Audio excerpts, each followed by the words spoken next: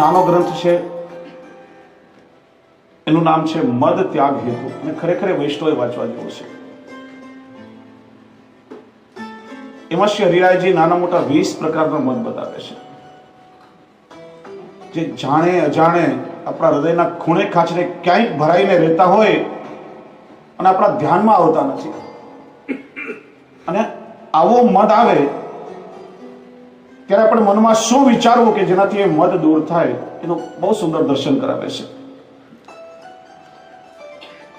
શ્રી હરિરાયજી આજ્ઞા કરે છે, મદ એ અન્યાશ્રયની ધ્વજા છે, અને એવા મદથી જીવમાં કેવલ આસુરાવેશ આવે છે.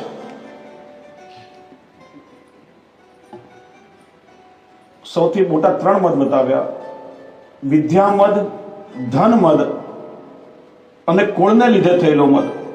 ખાસ કરી અને આ 3ને તજવા જોઈએ. આ 3 મદોને મોટા એટલા માટે કહ્યા કે વૃદ્ધાવસ્થા આવતા શરીર અશક્ત થાય ત્યારે બીજા નાના મોટા બીજા મદો દૂર થઈ જાય, પણ આ 3 મદ છેલ્લા સમય સુધી માણસને છોડતા નથી, એટલા માટે એને મોટા કહ્યા છે. કહે છે કે વિદ્યામદ બહુ જ ખરાબ છે. વિદ્યાના મદરૂપી મદિરાથી અંધ બનેલો માણસ, એટલે ભગવાન ક્યારે સૂતા જ નથી. એ પોતાના જ્ઞાનના મદથી હંમેશા બીજાને નીચું બતાડવાનો જ પ્રયત્ન કરતો હોય કે તાર કરતા વધારે હું બુદ્ધિશાળી છું, તને ક્યાં ખબર પડે, સાચો સમજદાર તો હું છું.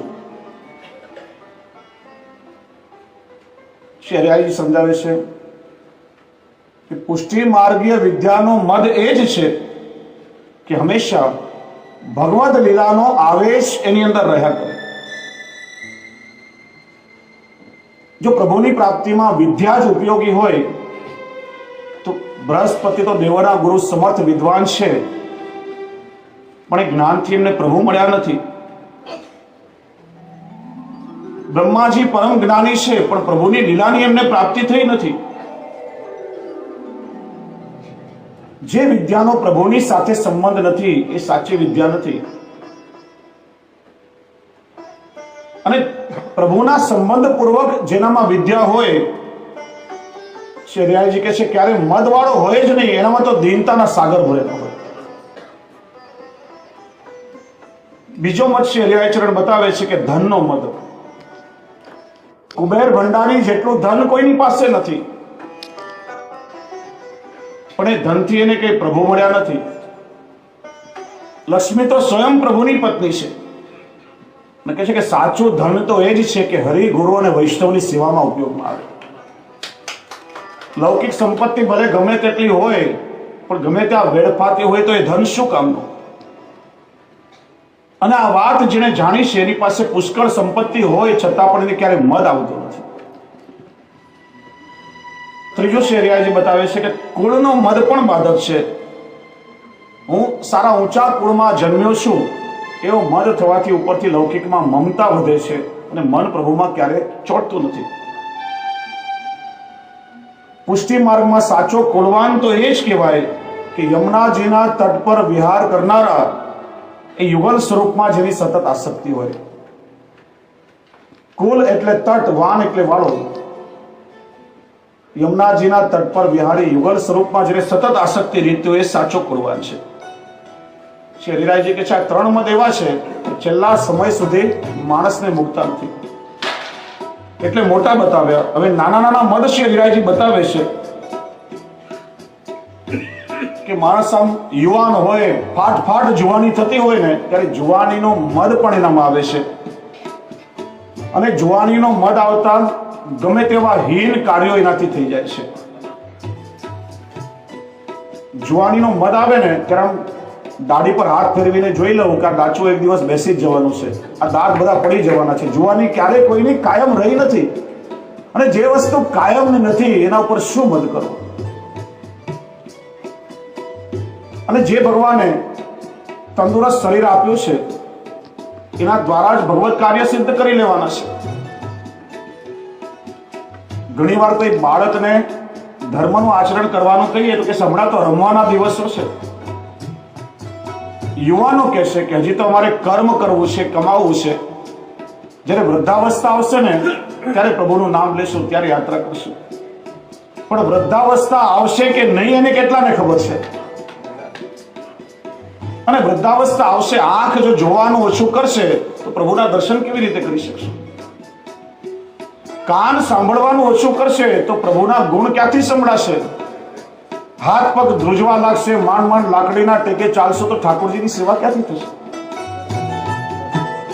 જુવાનીમાં જ્યારે આપણી બધી જ ઇન્દ્રિયો સશક્ત હોય ત્યારે જ વધારે સારી રીતે આપણે ધર્મનું આચરણ કરી શકીએ છીએ. એના માટે કોઈ વૃદ્ધાવસ્થાની રાહ જોવાની જરૂર નથી.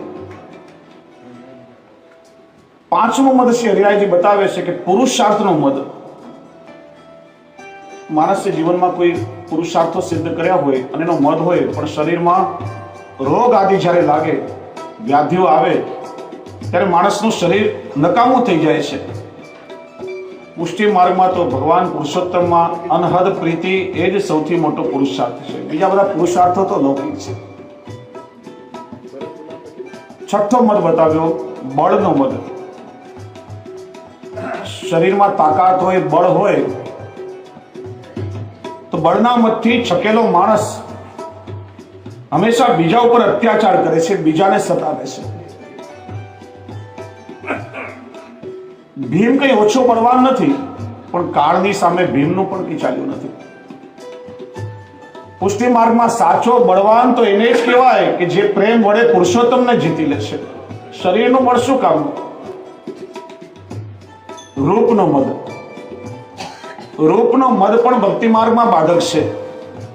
અને રૂપનો મદ આવે ત્યારે વૃદ્ધાવસ્થાનો વિચાર કરવો, વિચારવું કે આ રૂપ તો ક્ષણિક છે. પુષ્ટિ માર્ગમાં સાચા સ્વરૂપવાન તો કેવલ પ્રભુ છે, કોટી કંદર્પ લાવણી યુક્ત છે. પછી આ જીવના રૂપનો મદ કેવો? પુષ્ટિ માર્ગમાં સાચો સ્વરૂપવાન એને જ કહેવાય કે જેના મુખ ઉપર હંમેશા પ્રેમના ઓજસ છલકાયા કરે છે. એ સાચો સ્વરૂપવાન છે. આઠમો મદ શ્રી હરિરાયજી બતાવે છે શીલનો મદ. કે છે ગમે તેવો સદાચાર કે શીલવાન વ્યક્તિ હોય પણ પ્રભુના સ્વરૂપમાં એની પ્રીતિ ન હોય તો એ શીલ શું કામનું?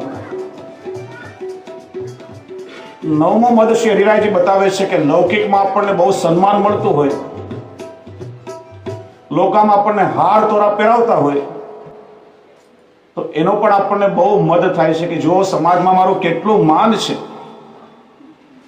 પણ એવો મદ થવાથી તો ઉલટો અન્યાશ્રય થાય છે. શ્રી હરિરાયજી કહે છે કે પુષ્ટિ માર્ગમાં સાચું માન તો કે પ્રભુ પોતાના ભક્તોને માન આપે છે. જેમ દયારામભાઈ કહે કે વઢુને તરછોડું તોય મારી પૂઠે પૂઠે આવે. પ્રભુ પોતાના ભક્તની પાછળ પાછળ ફરતા હોય એ જ ભક્તનું સાચું સન્માન છે.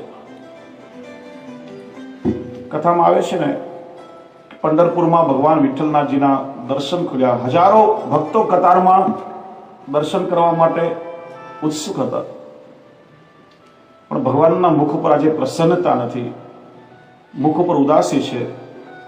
બાજુમાં રૂકમણીજી ઠાડા છે. વિનંતી કરી કે પ્રભુ આપના હજારો ભક્તો આપના દર્શન કરવા માટે તરસે છે, આજે આપના મુખ પર પ્રસન્નતા કેમ નથી? પાંડુરંગ વિઠ્ઠલનાથજી કે જેટલા પણ ભક્તો આવ્યા છે ને એ કઈ ને કઈ સ્વાર્થ અને અપેક્ષાઓ લઈને મારી પાસે આવ્યા છે.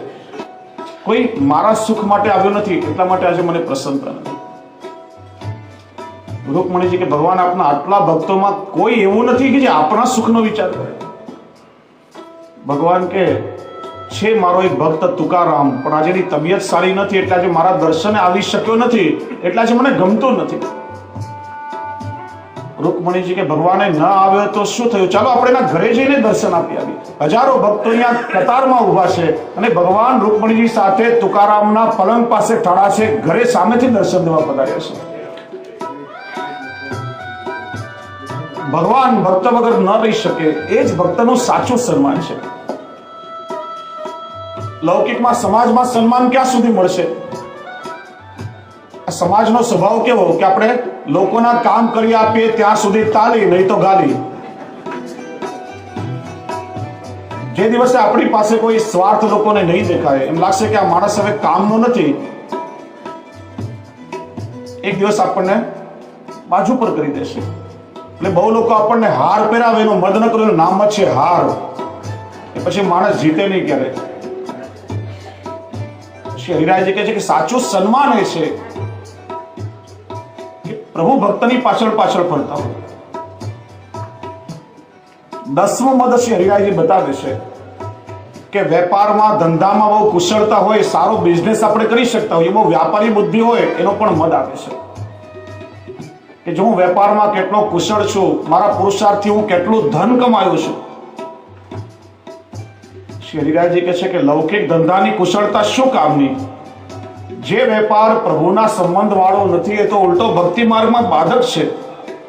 અહીં તો ઠાકોરજીની સેવાને સ્મરણમાં કુશળતા જોઈએ અને હોય છતાં પણ શ્રી હરિરાયજીની માફક દીનતા જોઈએ. 11મો મત બતાવે છે આપણે પોતાના સગા સંબંધીઓનું પોષણ કરતા હોઈએ, એનો પણ આપણને મત આવે છે. ઘણી વાર કહીએ ને, જો હું છું ને એટલે તમારું ગાડું ચાલે છે, હું નહીં હોઉં ત્યારે તમારી શું દશા થશે? અરે પણ મને કોણ ચલાવી રહ્યો છે? મને પણ ચલાવનારા તો પ્રભુ છે, આપણે કોઈને શું ચલાવવાના હતા? જીવનું સામર્થ્ય નથી, બધાનું પોષણ કેવલ પ્રભુ કરે છે. અને એટલા માટે આપણે લૌકિકમાં કેટલાયનો નિર્વાહ કરીએ એનો મદ પણ ભક્તિ માર્ગમાં બાધક છે. અહીં તો લૌકિકમ વૈદિકમ ચાપી સ્વયં સાધયિતા પ્રભુ, ભગવાન જ જીવનું લૌકિક વૈદિક સર્વ કાર્ય સિદ્ધ કરે છે. 12મો મદ શ્રી હરિરાયજી બતાવે છે દાતાપણાનો મદ. આપણે કોઈ જગ્યાએ બહુ ડોનેશન આપીએ, દાન કરતા હોઈએ ને, એનો આપણને મદ આવે. જો આ સંદર્ભ સમજો, દાતાપણાનો મદ પણ ભક્તિ માર્ગમાં બાધક છે. અને એટલા માટે જ આપણે ત્યાં ગુપ્ત દાનનો મહિમા છે. ગુપ્ત દાન એટલે આપણે જમણા હાથે કોઈ કાર્ય કરીએ, ડાબા હાથને પણ એની ખબર ના પડે, એ રીતે કરો તો એ કર્મની વૃદ્ધિ થાય છે, મલ્ટિપ્લિકેશન થાય છે. કર્મનો સિદ્ધાંત છે. તમે જો ક્રિશ્ચન ધર્મમાં એક બહુ સરસ પ્રથા છે, આપણાથી કોઈ ખોટું કાર્ય થયું હોય, કોઈ પાપ કર્મ થયો હોય તો ચર્ચમાં જઈ ગોડ અને ફાધર સાંભળે જોઈએ નહીં, એ રીતે પોતાના પાપનું કન્ફેશન કરવાનું. કર્મ માર્ગનો સિદ્ધાંત કહે છે કે આપણા કરેલા કર્મોનો આપણા મુખથી જો આપણે એકરાર કરીએ તો એ કર્મનો ક્ષય થાય છે. અને જે કર્મને તમે ગુપ્ત રાખો એની વૃદ્ધિ થાય છે, એનો ગુણાકાર થાય છે. આપણો સ્વભાવ કેવો કે કોઈ અને ખરાબ કર્મ આપણે કરીએ અને આપણે છુપાવીએ એટલે એની વૃદ્ધિ થાય છે, એટલે સારા કર્મોનો ફળ ખલાસ થઈ જાય છે. અરે હવેલીમાં એક પંખો ડોનેશનમાં આપીએ કે સત્સંગ હોલ કે ધર્મશાળામાં એક પંખો બી ડોનેશનમાં આપે ને તો ત્રણેય પાખડામાં એક એક પેઢીનું નામ લખાવે, ગોરધનદાસ, મગનલાલ, મગનલાલ, ઓછવલાલ, દામોદરદાસ. ત્રણેય પેઢીઓ ગોળ ગોળ ચક્કર મારતી હોય ઉપર, પણ નામ લખાવવું જરૂરી છે. મહાભારતમાં યયાતિનું દ્રષ્ટાંત સમજવા જેવું છે. યયાતિએ બહુ પુણ્યના કાર્ય કર્યા હતા. દેવીએ પ્રસન્ન થઈ 1000 વર્ષ ઇન્દ્રાસન ભોગવવાનું વરદાન આપ્યું. યયાતિ સ્વર્ગમાં આવ્યા એટલે ઇન્દ્ર આસન પરથી ઉતરી ગયા, યયાતિને ઇન્દ્રાસન પર બેસાડ્યો, પોતે પગ પાસે બેઠો. ઇન્દ્રએ ચાલાકી કરી. યયાતિને કહેવા લાગ્યો કે રાજા, તમે કેટલા પુણ્યના કાર્ય કર્યા હશે, કેટલાય ભૂખ્યાઓ માટે અન્ન ક્ષેત્ર ખોલ્યા હશે, કેટલાય તરસ્યાઓ માટે પરબોને જળાશયો બંધાવ્યા હશે. આથે કરીને ઇન્દ્ર એકાદ પુણ્યનું કામ ઓછું કે ત્યારે પેલો યયાતિ તાપસી પૂરે કે રાજન, તમે ભૂલ્યા, મેં આટલી ધર્મશાળાઓ બંધાવી, આટલા કુવાઓ ખોદાવ્યા, આટલું કર્યું. એકાદ કલાક વાર્તાલાપ ચાલ્યો. ઇન્દ્રએ કહ્યું કે રાજન, તમારા કરેલા પુણ્યનો તમારા મોઢે તમે એકરાર કર્યો, તમારો પુણ્ય ખલાસ થઈ ગયો, ઉતરો ઇન્દ્રાસન પરથી નીચે. કોઈ સારું કાર્ય આપણે જ્યારે કરીએ અને સમાજમાંથી એની વાહ થાય અને આપણે એનો આનંદ લઈએ ત્યારે કરેલા કર્મનું ફળ ક્ષીણ થઈ જાય છે. એટલા માટે કોઈ ખરાબ કર્મ થાય તો પ્રભુ અને ગુરુ સામેનો એકરાર કરો અને સારું કર્મ હોય ગુપ્ત રાખો. ગુપ્ત દાનનો એટલી જ મહિમા છે કે છે કોઈ ગૌશાળાનું બહુ સારું પુણ્ય કાર્ય થતું હતું અને સ્વયંસેવકો બધા અનુદાન લેવા નીકળ્યા. 15-20 લાખ રૂપિયાનો ખર્ચો હતો, 10 લાખ રૂપિયાનું ડોનેશન મળી ગયું, અડધું ડોનેશન બાકી હતું. વોલેન્ટિયરો વિચાર કરે કે ગામના નાના મોટા બધા અનુદાન આપ્યું, પણ ગામના નગર શેઠ છે ને એ જ બાકી છે. આમ તો બહુ લોભી છે, ક્યારેય કંઈ 1 રૂપિયો આપ્યો હોય એવું સાંભળ્યું નથી, પણ પ્રયત્ન કરવામાં, માગવામાં શું વાંધો, કદાચ બુદ્ધિ સુધરે ને આપે. પેલા વોલેન્ટિયર નગર શેઠ પાસે આવ્યા, કહ્યું કે શેઠ, આ ગામમાં એક ગૌશાળાનું પુણ્યનું કામ ચાલી રહ્યું છે, અડધે સુધી પહોંચી ગયા, અડધું કાર્ય બાકી છે, જે પ્રભુ તમને પ્રેરણા કરે આપો. પેલા નગર શેઠે 10 લાખ રૂપિયાનો ચેક લખી આપ્યો અને વોલેન્ટિયર તો રાજી થઈ ગયા કે આ તો એક વારમાં જ બધું કામ પૂરું થયું, હવે કઈ ચિંતા નહીં. પણ જતા જતા રસ્તામાં જો તો શેઠ પેલા ચેકમાં સહી કરવાનું ભૂલી ગયા હતા. પાછા આવ્યા શેઠ પાસે. શેઠ, લાગે છે કે ઉતાવળમાં તમે સહી કરવાનું ભૂલી ગયા છો. શેઠ કે હું તો ગુપ્ત દાનમાં માનું છું, ક્યારે ચેકમાં સાઈન કરતો જ નથી. આવું ગુપ્ત દાન શું કરવું? ગુપ્ત દાન એટલે પ્રભુ તો જાણે છે ને. જગત કદાચ તમારી વાહવા એકવાર નહીં કરે, પણ પ્રભુથી કઈ જાણું નથી. પ્રભુ અનંત કોટીને ફળ આપશે. એટલા માટે દાતાપણાનો મદ પણ ભક્તિ માર્ગમાં બાધક છે. હવેલીમાં ઉત્સવ થતા હોય અને કંઈક ભગવત કૃપાથી દૈવી દ્રવ્યનો આપણે વિનિયોગ કરાવીએ, હિંડોળાના દિવસ હોય તો હિંડોળાની સેવા, પલનાની સેવા કોઈ રાજભોગમાં લખાવે, અને પાછા આપણે ઘરે જઈએ ત્યારે રસ્તામાં જે મળે ને બધાને કે આવતીકાલે દર્શન કરવા આવજો, આવતીકાલે તો મારા હિંડોળા છે, આવતીકાલે બધા પ્રસાદ લેવા આવજો, કાલે તો મારો રાજભોગ છે, કાલે તો મારા પલના છે. હિંડોળા પલના રાજભોગ જો મારું થશે તો ઠાકોરજી ક્યાંથી અંગીકાર કરશે? મારું કઈ નથી, તો ઠાકોરજી કૃપા વિચારી અને એ દૈવી દ્રવ્યનો પ્રભુએ અંગીકાર કર્યો છે. એમાં આપણે કઈ પ્રભુ પર ઉપકાર નથી કરતા. જો એક વસ્તુ યાદ રાખો, કોઈ સારા કાર્યમાં આપણે ધનનો ઉપયોગ કરીએ છીએ ત્યારે એક પ્રકારે આપણે પોતાની જાત ઉપર જ ઉપકાર કરીએ છીએ, બીજા ઉપર આપણે ઉપકાર નથી કરતા. કારણ કે આપણે કોઈ સારું કર્મ મેળવવું છે, આપણે કઈ પુણ્ય કમાવવું છે, એવી ભાવનાથી આપણે કરીએ છીએ. પ્રભુ પર આપણે કઈ એહસાન કરતા નથી. શ્રી હરિરાયજી કહે છે કે દાતાપણાનો મદ પણ ભક્તિ માર્ગમાં બાધક છે. 13મો મદ બતાવે છે શત્રુના વિગ્રહનો મદ. આપણા કોઈ દુશ્મનને આપણે જીતીએ એનો આપણને મદ થાય છે કે જો મારા શત્રુને મેં કેવું નીચું દેખાડ્યું. પણ શ્રી હરિરાયજી કહે છે એનાથી આપણને શું લાભ થવાનો છે? ખરેખર શત્રુને, બહારના શત્રુઓને જીતે શું થયું? અંદર રહેલા કામ, ક્રોધ, લોભ, મોહ, મત્સર, આ શત્રુઓને જીતે ત્યારે ખરેખર જીતેન્દ્રિય કહેવાય, એ શત્રુને જીત્યા કહેવાય. 14મો મત બતાવે છે કે માણસને અત્યંત સંતાન હોય એનો પણ મત થાય છે. સંતાન હોય પણ ઠાકોરજીની સેવામાં જો સહાયક ન હોય તો એ સંતતિ શું કામની? કુંભનદાસજીને 7 પુત્રો હતા. શ્રી મહાપ્રભુજીએ પૂછ્યું ત્યારે કહ્યું કે મારે 1.5 દીકરાઓ છે. ચત્રબુદ્ધદાસ અને કૃષ્ણદાસ. કૃષ્ણદાસ ખાલી ગાયોની સેવામાં છે એટલે અડધો દીકરો, અને ચત્રબુદ્ધદાસને લીલાનું અનુસંધાન છે એટલે આખો દીકરો. અતિશય વધારે સંતતિ હોય પણ જો ભગવત સેવામાં ઉપયોગી ન હોય તો એવા સંતાનોથી શું? અને એટલે ભક્તિ માર્ગનો પુરુષાર્થ આપણે લગ્ન પણ શા માટે કરીએ છીએ? પત્ની આવશે, સાથે મળીને આપણા ગૃહસ્થ આશ્રમને અલૌકિક બનાવશું, સાથે મળીને પ્રભુની સેવા કરશું. અને પુત્ર કૃષ્ણ પ્રિય હતી, પ્રભુમાં પ્રીતિ રાખવા વાળી એવી સંતતિ થશે, એ ભાવથી આપણે ગૃહસ્થ આશ્રમ ધર્મનું વહન કરીએ છીએ. એ તો સુભાષિતોમાં કહે છે એકે નાપી સુપુત્રેણ સિંહી સ્વપિતિ નિર્ભયમ સહૈવ 10 પુત્રૈર ભારમ વહતિ રાસભી.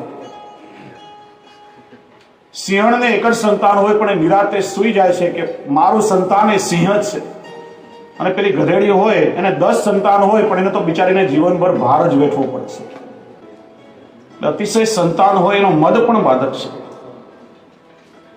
15મો મદ બતાવે છે કે પરિવાર, પુત્ર, ભાર્યા આ બધા ઠાકોરજીની સેવામાં અનુકૂળ હોય તો એનો પણ મદ નહીં કરવો કે જો આ બધા પરિવારમાં કેટલા અનુકૂળ છે. એવો મદ થશે તો ઉલટું મન ઠાકોરજીમાંથી ખસીને લૌકિક મમતા વધશે. પ્રભુની કૃપા માનો કે ઠાકોરજીએ કૃપા કરીને સેવામાં સહાયક મને આપ્યા છે, એની કૃપાથી જ મારો પરિવાર અલૌકિક છે. 17મો મદ શ્રી હરિરાયજી બતાવે છે કે ઠાકોરજીની સેવાનું આપણને બહુ જ્ઞાન હોય, પ્રભુની સેવા આપણે સારી રીતે કરતા હોઈએ તો એનો પણ મદ રાખશો નહીં, એનાથી પણ પ્રભુ ક્યારે રાજી થતા નથી. આપણે પ્રભુની શું સેવા કરવાના છે? જ્યાં કોટાનું કોટી વ્રજ ભક્તો પ્રતિક્ષણ પ્રભુની મરજી સાચવવા તત્પર રહેતા હોય, આપણે તો ખાલી કાલાવાલા કરીએ છીએ, આપણે તો ખાલી સેવામાં હાથ પવિત્ર કરીએ છીએ. જ્યાં શ્રી ગોકુલનાથજી જેવા સમર્થ આચાર્ય કહેતા હોય, આજ્ઞા કરતા હોય કે સેવા હમ ક્યાં કરેંગે, સેવા તો શ્રી મહાપ્રભુજી और શ્રી ગુસાઈજી કર ગए, ત્યાં આપણા જેવા જીવો પ્રભુની સેવા શું કરી શકવાના? ગોવિંદાસ ભલ્લાની વાર્તા યાદ કરો, બહુ સુંદર સેવા કરે. એ સમયમાં ગિરિરાજની ઊંચાઈ કેટલી, નળ, પાઇપલાઇન, બોરિંગ એવી કોઈ વ્યવસ્થા નહીં. જળાશયમાંથી જલની મોટી મોટી ગાગરો ભરીને લાવે, શ્રીનાથજીના મંદિર પર આખું મંદિર ખાસા કરે, બધા પાત્રો માંજે, આખું મંદિર ચોખ્ખું રાખે, એટલી સેવા કરે. પણ આવી ઉત્તમ સેવા કરીને એક શબ્દ એવો બોલે કે કરેલી સેવા પર જથ્થાબંધ પાડી પડી જાય. અવારનવાર કહેતા, છે કોઈ એવો જે મારા જેવી સેવા કરી શકે? જો હું કેટલી સુંદર સેવા કરું છું. ત્યારે શ્રીનાથજીએ શ્રી મહાપ્રભુજીને આજ્ઞા કરવી પડી કે તમારો સેવક મને બહુ પરિશ્રમ આપે છે. એ જે અહંકારથી વચન બોલે છે ને, એનાથી મને બહુ પરિશ્રમ થાય છે, અને એ જ અહંકારના કારણે ઠાકોરજીની સેવાથી વિમુખ થઈ જવું પડે છે, પ્રભુની સેવા છૂટી ગઈ છે. એટલે કદાચ સેવાનું ઉત્તમ જ્ઞાન હોય તો શ્રી હરિરાયજી કહે છે એનો પણ અહંકાર નહીં કરશો. 18મો મદ શ્રી હરિરાયજી બતાવે છે કે રાજ્યમાંથી આપણને બહુ સન્માન મળતું હોય ને, એનો પણ જીવને ક્યારેક મદ થાય છે, પણ એનાથી આપણામાં રાજસપણું આવે છે. પુષ્ટિ માર્ગમાં તો રાજ એટલે સાક્ષાત પ્રભુ શ્રી બ્રજરાજ અને શ્રી વલ્લભરાજ મહાપ્રભુજીનું સન્માન એ જ સાચું સન્માન છે. અને શ્રી મહાપ્રભુજીનું સન્માન મળ્યું ક્યારે કહેવાય કે જ્યારે અંતરમાં વિરહની જ્વાળાઓ ઉઠવા લાગે કે મારા પ્રભુ મને ક્યારે મળશે. એ પ્રભુની વિપ્રયોગાર્થી હૃદયમાં પ્રગટે ત્યારે સમજવાનું કે શ્રી મહાપ્રભુજીનું સાચું સન્માન આપણને મળ્યું છે. 19મો મદ શ્રી હરિરાયજી બતાવે છે કે જ્યારે આપણા કરતા વડીલો, વૃદ્ધો કોઈ કાર્ય કરવા માટે આપણી પાસે અનુમોદન લે ત્યારે પણ અહમ આવે છે કે જો મારામાં કેટલી સમજણ છે કે મારાથી મોટા લોકો પણ મને બધું પૂછે છે. એ અહમ પણ ભક્તિ માર્ગમાં બાધક છે. અને 20મો મદ શ્રી હરિરાયજી સમજાવે છે કે શયન અને આહારથી પણ જીવની અંદર મદ આવે છે. 20 પ્રકારના મદ એ ભક્તિ માર્ગમાં બાધક છે, અને વૈષ્ણવોએ એનાથી સાવધાન રહેવું જોઈએ. દીનતાની પ્રાપ્તિથી આ મદ દૂર થઈ શકે. હવે દીનતા પ્રાપ્ત કેવી રીતે થાય? તો દીનતા પ્રાપ્તિના 6 સાધનો શ્રી હરિરાયજી શિક્ષાપત્રમાં બતાવે છે. દીનતા પ્રાપ્તિનું સૌથી પહેલું સાધન શ્રી યમુનાજીનું સેવન છે. એનું કારણ શ્રી યમુનાજી નિર્ગુણ છે, અને મમતાનું કારણ સત્વગુણ, રજોગુણ અને તમોગુણ છે. નિર્ગુણ શ્રી યમુનાજીની ભક્તિ દ્વારા આ ત્રણે દૂર થઈ જાય છે. શ્રી યમુનાજીનું પાન કરવાનું કારણ શું? શ્રી યમુનાજી એ સાક્ષાત ઠાકોરજીના પ્રેમ રસનું દ્રવીભૂત છે. શ્રી યમુનાજીનું પાન કરીએ ત્યારે માનો આપણે પ્રભુના પ્રેમ રસનું પાન કરી રહ્યા છીએ. શ્રી યમુનાજી એ દીનતા રસનું વહન કરે છે. જીવ જ્યારે શ્રી યમુનાજીમાં સ્નાન કરે ત્યારે માનો દીનતામાં જીવ સ્નાન કરી રહ્યો છે. આગળ આપણે ચર્ચા કરી કે શ્રી યમુનાજી નિર્ગુણ ભક્તોના સ્વામીની છે, અને શ્રી યમુનાજીનું આરાધન કરવાથી અહંતા મમતા દૂર થાય છે, દીનતાની પ્રાપ્તિ થાય છે. દીનતા પ્રાપ્તિનું બીજું સાધન શ્રી હરિરાયજી બતાવે છે મમતાનો ત્યાગ છે. મમતા એટલે મોહ અને માયા. આપણે સૌ જાણીએ છીએ, સમજીએ છીએ, પણ જલ્દીથી એ મોહ અને માયા છૂટતા નથી. એ લૌકિક મોહ માયા અને આસક્તિઓ છૂટી જાય તો સરળતાથી ઠાકોરજીમાં આપણી પ્રીતિ દ્રઢ થાય. અને એટલા માટે કોઈએ બહુ સરસ કહ્યું છે, માયા કી દીવાર ન તોડી પ્રભુ સે નાતા તોડ દિયા હૈ. આ જીવ કેવો છે? પ્રભુને આપણે ભૂલી જઈએ છીએ, પ્રભુ સાથેના સંબંધને વિસરી જઈએ છીએ, પણ લૌકિક સંબંધો છૂટતા નથી કે લૌકિક મોહ માયા આપણી છૂટી શકતી નથી.